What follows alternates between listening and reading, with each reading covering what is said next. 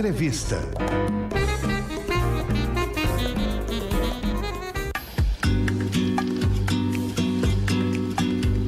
O poeta Augusto de Campos será o primeiro brasileiro a receber o prêmio Janus Pannonius, considerado o Nobel da Poesia, em cerimônia no dia 23 de setembro em Budapeste, na Hungria.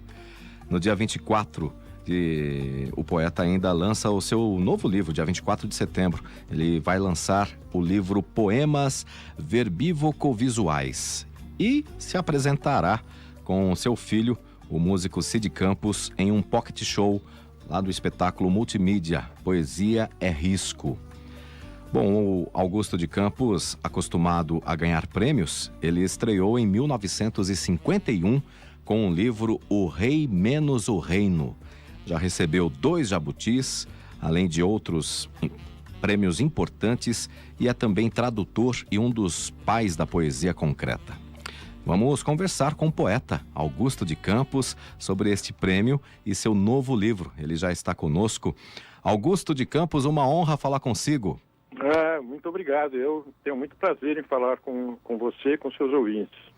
Muito obrigado, uma ótima tarde para você. Augusto, obrigado. Você é o primeiro brasileiro a receber aí o prêmio Janus Pannonius, tido como o Nobel da Poesia. O que isso representa para você? Olha, eu, na verdade, não recebi tantos prêmios assim. Eu recebi muito poucos prêmios aqui no Brasil. E como estou, a esta altura, entre os 86 e os 87 anos, só nessa última fase da minha vida é que eu passei a receber alguns prêmios, não é? O primeiro foi o da Biblioteca Nacional, que foi em 2003, pelo meu livro Não.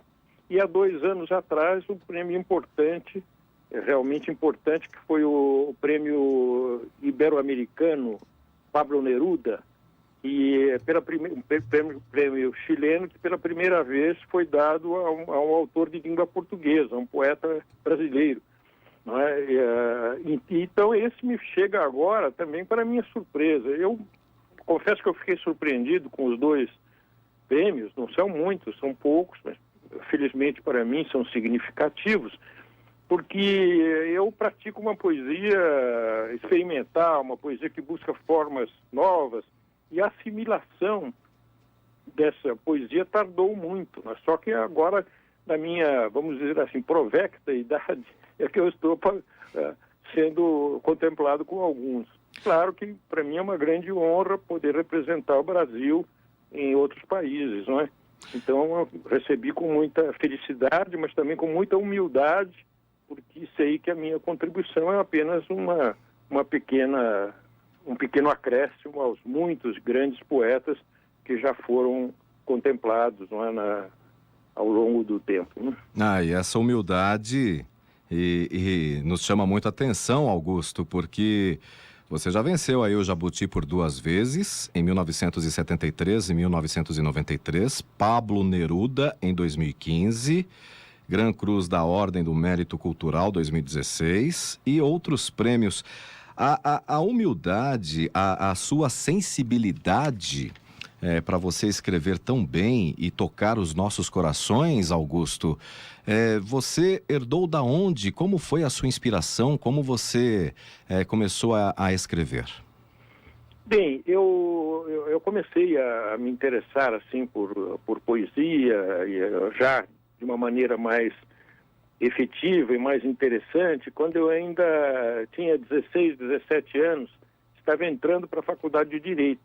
E eu tive 2 grandes companheiros, o meu irmão Haroldo de Campos, que também é uma figura importante, como o Décio Pinhatari, e outro poeta paulista, e com eles, já todos na faculdade de Direito, por volta dos anos 50, nos lançamos os primeiros livros. O meu Rei Menos o Reino foi em 51, o deles, o Carrossel, do Décio, e o do Haroldo em 50, mas aí passamos a nos reunir e a fazer contatos com outros artistas, não é? Em 1951 houve a primeira Bienal de de São Paulo, né? O fato da nossa cidade ser tão cosmopolita, e já desde dessa época, e antes, na época do modernismo, na Semana de 22, né? É ser uma cidade caracteristicamente propensa à cultura, aos novos conhecimentos, isso nos ajudou muito.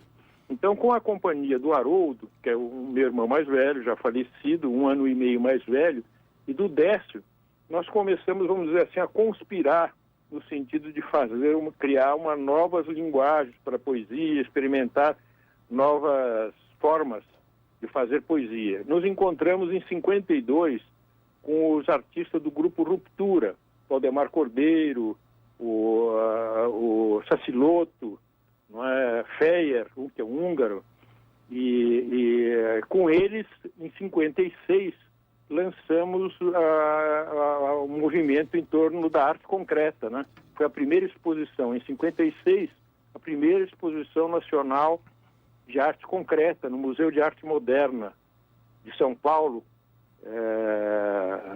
que àquela altura ainda ficava ali como o MASP, né? Na 7 de abril, e então nós participamos disso, que foi um grande movimento literário e artístico nos anos 50. Né? Então aí foi o meu começo, né?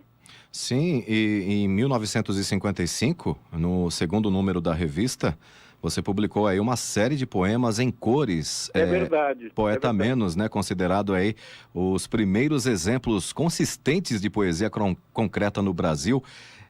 São trabalhos magníficos, Augusto. E a sua própria poesia, olhando em retrospecto, né? Desde a década de 50 até os dias atuais, como mudou a sua maneira de trabalhar e se expressar através da sua poesia? Bom, eu me mantive, depois que eu encontrei, os meus primeiros poemas, Do Rei Menos o Reino, são poemas ainda, até certo ponto, em verso livre.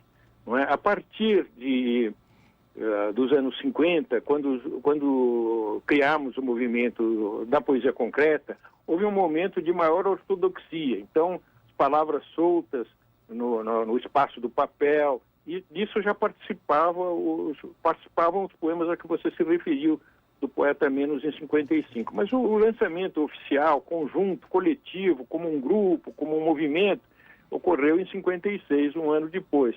Agora, já eram poemas que consideravam de uma maneira diferenciada o espaço gráfico do papel, né, seguindo os preceitos do nosso grande mestre, entre outros, que é o Stéphane Mallarmé, o poeta francês, que no fim do século, em 1897 do século XIX, né, lançou o poema O Lance de Dados, que era um poema que caminhava por várias páginas com as palavras espacializadas, utilizando muito o branco do papel e as palavras como ilhas gráficas. Era uma nova maneira de estruturar o poema, e que foi aos poucos caminhando através das vanguardas literárias do século XX, com novos movimentos, futurismo, quer dizer, então nós, na verdade, não inventamos nada, nós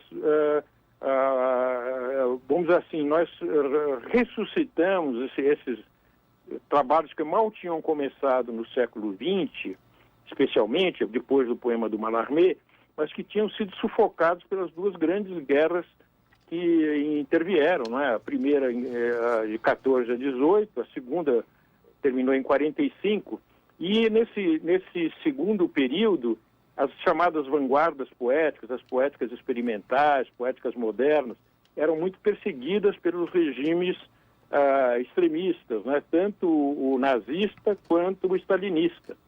Esses poetas que praticavam essa renovação, não só os poetas, os artistas também, sem contar a perseguição aos judeus, né?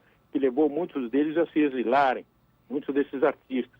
Mas quando nós chegamos, depois da guerra, em 45 eu tinha 14 anos.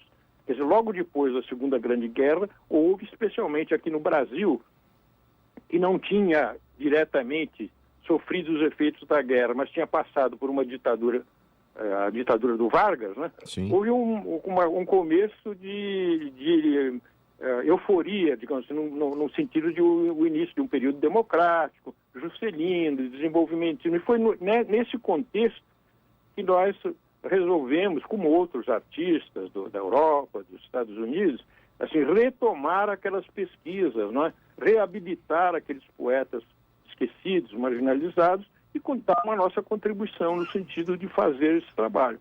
Então eu comecei aí. Agora, depois desse primeiro momento, a poesia concreta teve muitos desenvolvimentos diferentes, né? O Haroldo partiu por uma prosa, entre prosa e poesia, o Décio, a chamada prosa semiótica.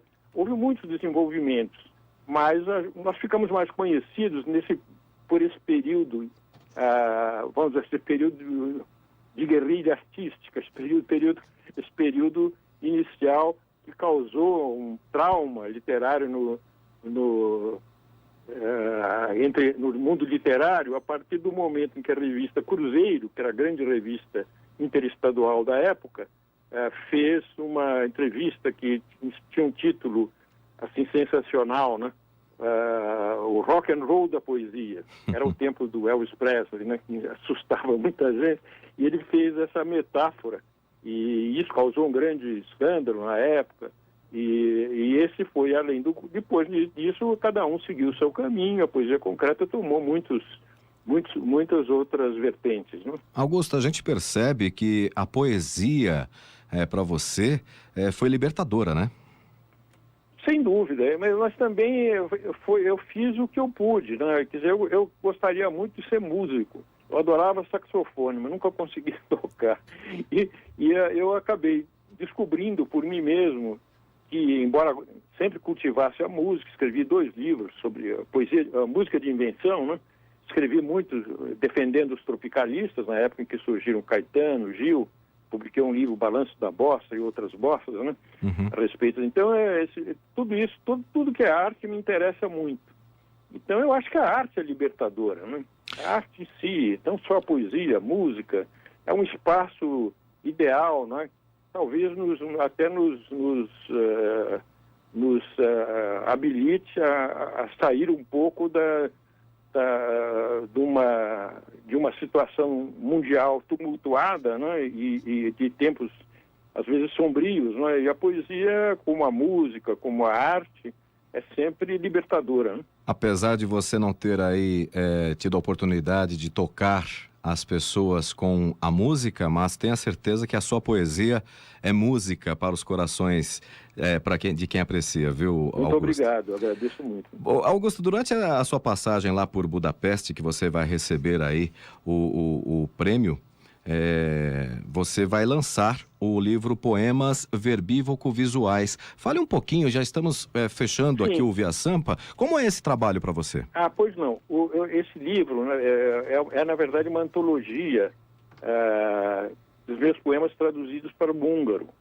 Ele foi organizado por um professor universitário, um especialista em literatura brasileira, inclusive literatura portuguesa, que é o Ferenc Pál. E, naturalmente, o idioma é totalmente diverso das línguas neolatinas, mesmo das anglo-saxônicas. É um idioma muito difícil e muito especial. Mas eu procurei acompanhar passo a passo aqui. Na verdade, é uma antologia com os meus poemas. Desde O Rei Menos o Reino, alguns poemas foram traduzidos para o húngaro, e até as mais recentes pesquisas, não é? Então, é esse livro que vai ser lançado no dia 24, né, que é o dia em que eu vou me apresentar também com o Cid, fazendo um pocket show, que nós chamamos, pocket show, né? Que é uma versão bilíngue português e inglês dessa apresentação multimídia que nós fazemos, do Poesia Risco, que eu fiz por último no Museu de Arte Moderna, no MoMA, só com o Cid. Inicialmente nós fizemos isso ao longo de 20 anos, mas inicialmente tínhamos a contribuição também do videoartista Walter Silveira, né, que fazia as projeções. É um espetáculo que você tem música, poesia e projeção visual. Augusto, nós só temos que agradecer a sua participação, a sua atenção aqui para a Rádio USP e o Via Sampa e parabenizá-lo por esse prêmio maravilhoso, János Pannonius, que você vai receber lá na Hungria, dia 23 de setembro, em Budapeste, representando o Brasil e coroando essa carreira linda que você construiu nessa sua trajetória, viu, Augusto? Eu agradeço, só posso agradecer as suas generosíssimas palavras a meu respeito. E fico muito contente que tenham apreciado essa homenagem, esse prêmio que me foi dado. Uma honra falar com você, Augusto. Muito obrigado.